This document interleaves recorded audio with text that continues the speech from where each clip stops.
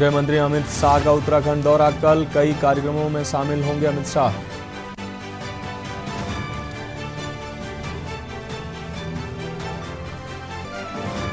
बसपा विधायक ने सीएम धामी और सरकार को सराहा, कहा राज्य विकास के पथ पर निरंतर आगे बढ़ रहा है।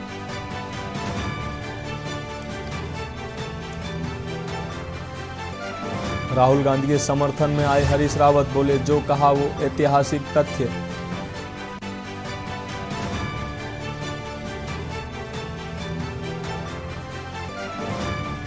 G20 समिट का इंतजार हुआ खत्म, आज ऐतिहासिक सम्मेलन का गवाह बन रहा उत्तराखंड। रामनगर पहुंचे 17 देशों के 38 मेहमान। रामनगर में मानव श्रृंखला बनाकर अतिथियों का जोरदार स्वागत, पहाड़ी गीतों पर झूमने लगे विदेशी मेहमान।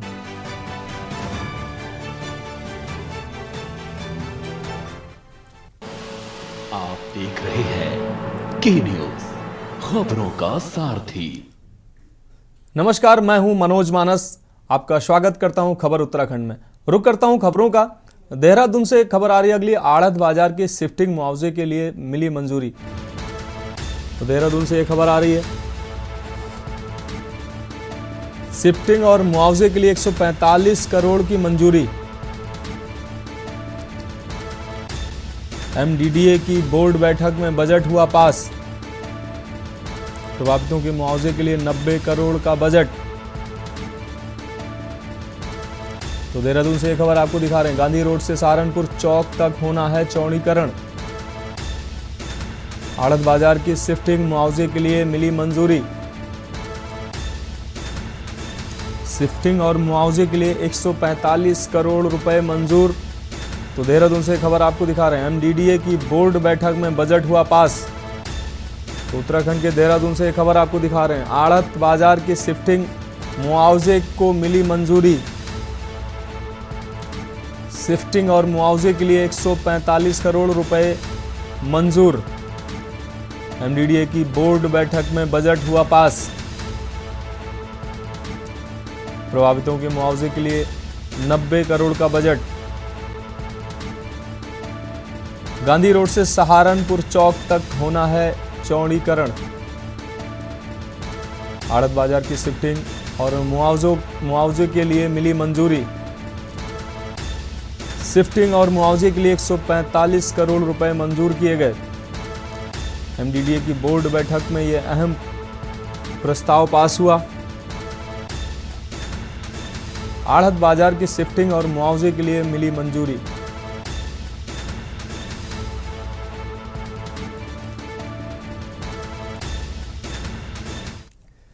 केंद्रीय गृह मंत्री अमित शाह के हरिद्वार दौरे को लेकर हरिद्वार में तैयारियां जोर शोर से की जा रही हैं। 30 मार्च को अमित शाह गुरुकुल कांगड़ी यूनिवर्सिटी के दीक्षांत समारोह में शिरकत करेंगे। वहीं रिस्कुल मैदान में सहकारिता विभाग द्वारा आयोजित बड़े कार्यक्रम में भी शामिल होंगे। हरिद्वार पहुंचे प्रदेश के सहकारिता मंत्री धन सिंह रावत ने स्थानीय विधायक मदन कौशिक सहित बीजेपी कार्यकर्ताओं के साथ बैठक कर कार्यक्रम की रूपरेखा तैयार की। कार्यक्रम में प्रदेश के मुख्यमंत्री पुष्कर सिंह धामी भी मौजूद रहेंगे।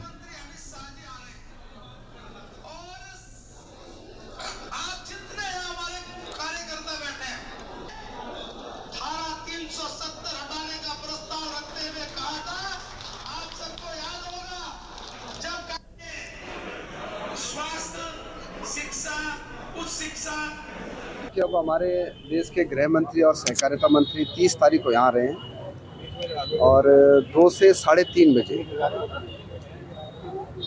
सहकारिता विभाग का एक बड़ा कार्यक्रम हम स्कूल मैदान में करने जा रहे हैं। उसमें मुख्यमंत्री जी भी आ रहे हैं, हमारे सांसद जी भी आ रहे हैं, हमारे यहाँ के माननीय विधायक जी भी हैं, हमारे यहाँ के प्रभारी मंत्री जी भी आएंगे और देश का पहला राज्य उत्तराखंड होने जा रहा है जो कि 670 समितियों को अब ऑनलाइन सिस्टम पे ला रहा है। उसका वो विधिवत उद्घाटन करने जा रहे हैं। हम लोग हर पैक्स सोसाइटी में अब जन औषधि केंद्र खोलने भी जा रहे हैं, उसका भी वो लोकार्पण करने जा रहे हैं।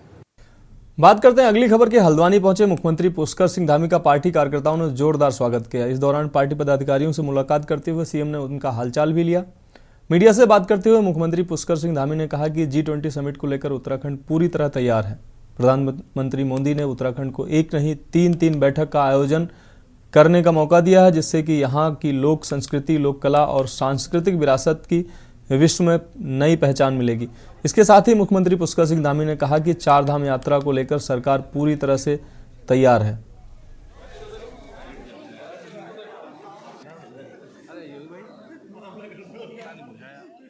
देखिए, एक साल के अंदर हम लोगों ने जो हमारे देश के यशस्वी प्रधानमंत्री मोदी जी ने कहा था केदार बाबा की भूमि से कि 21वीं सदी का ये तीसरा दशक उत्तराखंड का दशक होगा, यानी कि 10 साल आने वाले उत्तराखंड के होंगे। उसको लेकर जो हम लोगों ने पूरी एक फाउंडेशन तैयार की है, एक भूमिका बनाई है और अनेकों अनेक निर्णय भी एक साल के अंदर लिए हैं और आगे 10 सालों का एक रोड मैप भी हम लोग बना रहे हैं।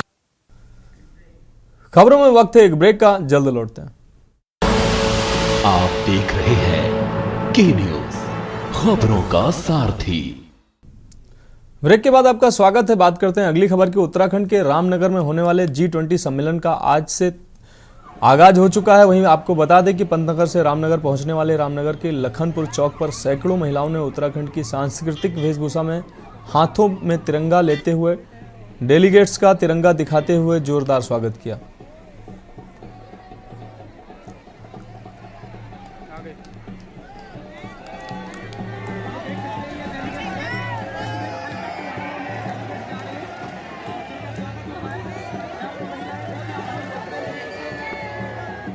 G20 के उपलक्ष्य में जो यहाँ पर महिलाओं ने अपनी संस्कृति और अपने वेशभूषा में जो यहाँ पर स्वागत किया है, वो एक अलग ही छटा है, क्योंकि उसे देखने लायक दृश्य था कि वास्तव में उत्तराखंड की महिलाएं कितनी सभ्यता से कितने अच्छे उससे यहाँ पर आई हैं। जो विदेशी मेहमान हमारे आ रहे हैं, उनके स्वागत के लिए उतारू थी और उन्हें भी लगेगा कि वास्तव में यहाँ की संस्कृति कितनी अच्छी है। उत्तराखंड में आज से G20 सम्मेलन का आगाज हो रहा है। रामनगर में 28 से 30 मार्च तक चलने वाली G20 समिट के लिए सरकार ने सभी तैयारियां पूरी कर ली हैं। सरकार को इस समिट से काफी उम्मीदें हैं। सभी मेहमान कड़ी सुरक्षा के बीच रामनगर पहुंच गए हैं। इस समिट में 36 विदेशी और 20 भारतीय सहित कुल 66 मेहमान रामनगर में G20 समिट में शामिल होने पहुंचे। देखिए रिपोर्ट।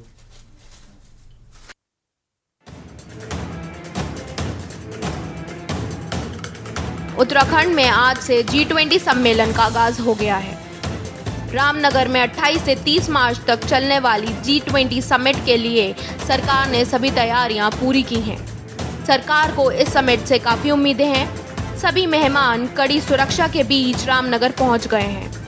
सूत्रों के अनुसार इस समिट में 36 विदेशी और 20 भारतीय सहित कुल 66 मेहमान रामनगर G20 समिट में शामिल होने के लिए पहुंचे हैं। इसमें 20 देश अर्जेंटीना, ऑस्ट्रेलिया, ब्राज़ील, कनाडा, चीन, फ्रांस, जर्मनी समेत अन्य देशों के डेलीगेट भी शामिल हो रहे हैं। इस समिट में देश दुनिया के इंफ्रास्ट्रक्चर की चुनौतियों, नई तकनीकों समेत देश और राज्य में निवेश की गतिविधियों को आगे बढ़ाने समेत विभिन्न मुद्दों पर चर्चा की जाएगी। मुख्यमंत्री धामी का कहना है कि उत्तराखंड जैसे छोटे से राज्य के लिए G20 की मेज़बानी मिलना काफ़ी ऐतिहासिक है। सरकार को पूरी उम्मीद है कि इसके माध्यम से राज्य में पर्यटन की गतिविधियां बढ़ने के साथ ही औद्योगिक निवेश बढ़ेगा। बहुत बढ़िया। सब G20 की पूरी तैयारी हमने प्रारंभ कर दी है। रामनगर में पहली बैठक होगी, फिर दूसरी बैठक हमारी मई के और जून के महीने में 2-3 बैठकें लगातार होंगी। आपको बता दें कि उत्तराखंड राज्य में G20 समिट के तहत 3 वर्किंग ग्रुप की बैठक होगी। पहली बैठक रामनगर में 28 से 30 मार्च के बीच होगी। यहां G20 chief science adviser round table कार्यक्रम होगा। 25 से 27 मई के बीच working group on anti corruption की दूसरी बैठक ऋषिकेश में होगी। यहां 20 देशों के 200 प्रतिनिधि 3 दिन तक भ्रष्टाचार रोकने की चुनौतियों, उनके समाधान पर मंथन करेंगे। जबकि तीसरी बैठक 26 से 28 जून के बीच होनी है। यह वर्किंग ग्रुप ऑन इंफ्रास्ट्रक्चर की होगी। इसमें देश दुनिया के इंफ्रास्ट्रक्चर की चुनौतियों, नई तकनीकों आदि पर चर्चा की जाएगी। वहीं विपक्षी दलों ने भी G20 सम्मेलन पर अपनी अपनी राय दी है। नहीं, इसमें निश्चित ही हमारी अपनी आर्थिकी कैसे बढ़ेगी और राष्ट्र के लिए कैसे ये हितकर होगा, इस पर सरकार को इस एजेंडे पे चलना चाहिए। और क्या हम इस यात्रा से, जो G20 का सम्मेलन हो रहा है, इससे क्या लाभ हम हिंदुस्तान को दिला सकते हैं, क्या लाभ हमारे उत्तराखंड को होगा, इस पर भी फोकस होना चाहिए। देखिए, ये हमारे लिए गौरव का विषय हो सकता था कि हमारे राज्य में G20 सम्मेलन की 3 बैठकों का आयोजन हुआ, लेकिन जो राज्य भ्रष्टाचार के दलदल में डूबा हो, वो भ्रष्टाचार विरोधी कार्य समूह की बैठक करवा करके क्या हासिल कर पाएगा, ये अपने आप में एक बड़ा सवाल है। उसके अलावा जो इंफ्रास्ट्रक्चर डेवलपमेंट की बात आ रही है, तो जिस ढंग से राज्य के विकास का पहिया है पूरी तरह से जाम है, पिछले 5 साल जाम रहा, इस 1 साल जाम रहा, तो उस पर भी ये कुछ हासिल कर पाएंगे, मुझे चिंता है। ये सीधे बजट की बर्बादी है, पैसे की बर्बादी है, समय की बर्बादी है। जिन अधिकारियों को काम करना चाहिए आम जन समस्याएं सुलझाने के लिए, उन सबको इस तरीके की तैयारियों में जुट करके सरकार सिर्फ कागजी और हवाई वाहवाही पाना चाहती है। धरातल पे जो इसका जो परिणाम आएगा वो कुछ भी नहीं। आप ये लगा लीजिए कि सरकार ने इससे पहले इन्वेस्टर समिट किया था, कोई भी इन्वेस्टर उत्तराखंड में आया नहीं। ऊपर से इन्वेस्टर्स को सिंगल विंडो के नाम पे तमाम तरीके से उत्पीड़न किया जाता है, रिश्वत की मांग की जाती है, प्रोत्साहित किया जाता है। कुल मिलाकर उत्तराखंड राज्य के लिए यह एक बड़ी बात है कि उसे G20 की मेजबानी मिली है। इस G20 सम्मेलन से राज्य को काफ़ी उम्मीदें हैं। माना जा रहा है कि इस समिट से राज्य में पर्यटन की गतिविधियां बढ़ेंगी, राज्य में इंफ्रास्ट्रक्चर में सुधार आएगा, राज्य में औद्योगिक निवेश बढ़ेगा। ऐसी अनगिनत उम्मीदें उत्तराखंड इस समिट से लगाकर बैठा है। देखना होगा इस समिट से राज्य को कितना लाभ होता है।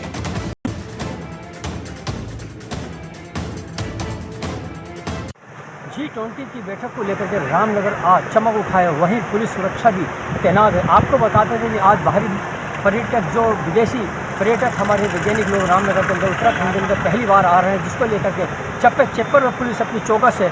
यहाँ तक कि जंगल से लेकर बाजार तक के लेकर हर गली में पुलिस चौकस है। LIU विभाग, STF, LIU विभाग में सारे विभाग के लोग हैं नजर आ रहे हैं। वहीं रामनगर की जनता भी बाहरी मेहमानों की सुरक्षा के लिए और सुविधा के रामनगर को चमका दिया है। आपको बता दें कि आप देख रहे हैं कि कोसी बैराज से लेकर के महाविद्यालय की दीवारों पर चित्रकारी करना किस तरीके से हमारी संस्कृति को उजागर कराता है। ये बाहरी मेहमान आकर के खुश हो और हमारे उत्तराखंड का एक नाम है। रामनगर से चंद्रशेखर कश्यप की विशेष रिपोर्ट के साथ। वक्त है एक ब्रेक का, जल्द लौटते हैं। आप देख रहे हैं के न्यूज, खबरों का सारथी। ब्रेक के बाद आपका स्वागत है। खबर रामनगर से है, जहां G20 के डेलीगेट्स के रुद्रपुर पहुंचने से पहले रामनगर पहुंचे प्रदेश के मुखिया पुष्कर धामी ने कहा कि देश के लिए सौभाग्य की बात है कि G20 का कार्यक्रम हो रहा है। उन्होंने कहा कि हमारे भारत के यशस्वी प्रधानमंत्री के नेतृत्व में भारत को G20 की अध्यक्षता मिली, ये हमारे लिए गर्व की बात है।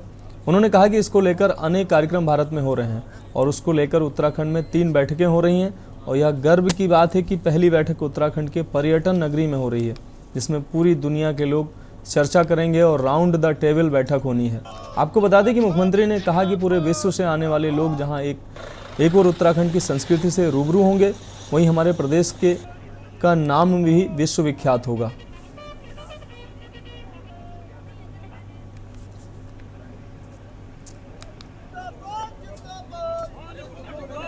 हमारे लिए बहुत सौभाग्य और गौरव की बात है कि हमारे देश के यशस्वी प्रधानमंत्री मोदी जी के नेतृत्व में जो भारत को G20 की अध्यक्षता मिली है और उसके अनेकों कार्यक्रम आज पूरे देश के अंदर हो रहे हैं। उसमें से 3 बड़ी बैठकें उत्तराखंड के अंदर हो रही है और पहली बैठक रामनगर में हो रही है, जिसमें पूरी दुनिया के लोग चर्चा करेंगे और राउंड द टेबल जो PSC लेवल की बैठक है वो यहाँ पर हो रही है। इससे निश्चित रूप से हमारे प्रदेश को पूरी दुनिया के अंदर लोग जानेंगे और हमारी संस्कृति भी दुनिया के अंदर जाएगी।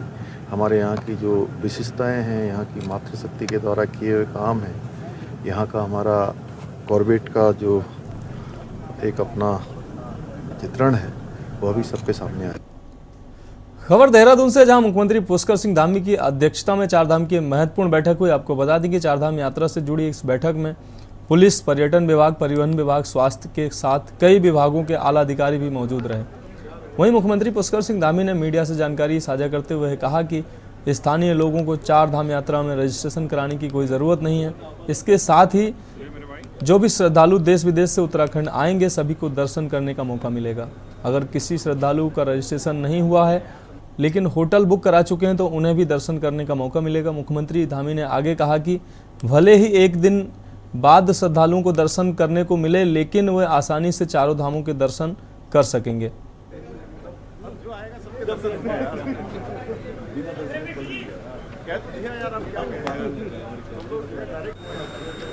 देखिए, 4 धाम यात्रा की तैयारी बहुत अच्छे तरीके से चल रही है। सभी व्यवस्थाएं ठीक प्रकार से हों, आने वाले श्रद्धालुओं को, तीर्थयात्रियों को किसी प्रकार से भी कोई परेशानी न हो, उनकी यात्रा अच्छी हो। और पिछले वर्ष से भी और ज़्यादा इंतजामों पर ध्यान दिया गया है। जो पिछले बार कुछ काम और करने थे उनको इस बार प्राथमिकता से करवाया गया है और लगभग 7 लाख से ज़्यादा अभी तक रजिस्ट्रेशन हो चुके हैं। इसके साथ साथ हमने यात्रा में यह भी तय किया है कि जो स्थानीय लोग हैं वह भी स्थानीय परंपरा के अंतर्गत धामों के दर्शन करने जाते हैं, तो उनको किसी प्रकार का भी रजिस्ट्रेशन या कोई पंजीकरण नहीं कराना होगा। और वहीं जो भी यात्रा में आ रहे होंगे देश भर से, विदेशों से जो भी श्रद्धालु आएंगे, जिनके होटल, रेस्टोरेंट या होम स्टे या कहीं पर भी अगर उनकी पहले से बुकिंग हो गई है तो वो रजिस्ट्रेशन उनका उसी समय करवाया जाएगा। रजिस्ट्रेशन की उनको लिए कोई बाध्यता नहीं होगी, वो स्वतः ही रजिस्टर्ड हो जाएंगे। और जो भी यात्रा में आएंगे, जितने भी श्रद्धालु आएंगे, हम सबको यात्रा कराएंगे। भले एक दिन किसी को रुकना पड़ सकता है, एक दिन आगे पीछे हो सकता है, लेकिन यात्रा सबकी होगी। खबर रुद्रपुर से है, जहां G20 की बैठक हेतु दोपहर में पंतनगर एयरपोर्ट पर विदेशी मेहमानों की फ्लाइटें पहुंची, जिससे G20 समिट में शामिल होने के लिए 17 देशों से 38 प्रतिनिधि पहुंचे। उनके पहुंचने पर टीका लगाया गया, छोलिया नृत्य से उनका स्वागत किया गया। यहां से 20 VIP बसों से विदेशी मेहमानों को होटल रेडिसन के लिए रवाना किया गया। वहीं पंतनगर एयरपोर्ट से बाहर आने पर मेहमानों को तिलक लगाकर उत्तराखंड की टोपी पहनाई गई। इसके बाद छोलिया नृत्य से उनका स्वागत किया गया। यहां से मेहमान जर्मन हैंगर टेंट में गए। आपको बता दें कि अतिथि पंतनगर एयरपोर्ट से सीधे रुद्रपुर के रेडिसन ब्लू होटल के लिए रवाना हुए। यहां से कुमाऊनी के साथ अन्य व्यंजनों का लुत्फ उठाने के बाद रामनगर के लिए रवाना हुए और पंतनगर से रामनगर तक के रूट पर सुरक्षा के कड़े इंतजाम देखे गए।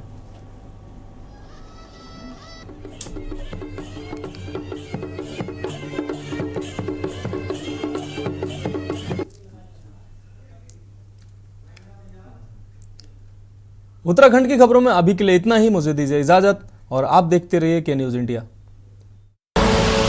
आप देख रहे हैं के न्यूज, खबरों का सारथी।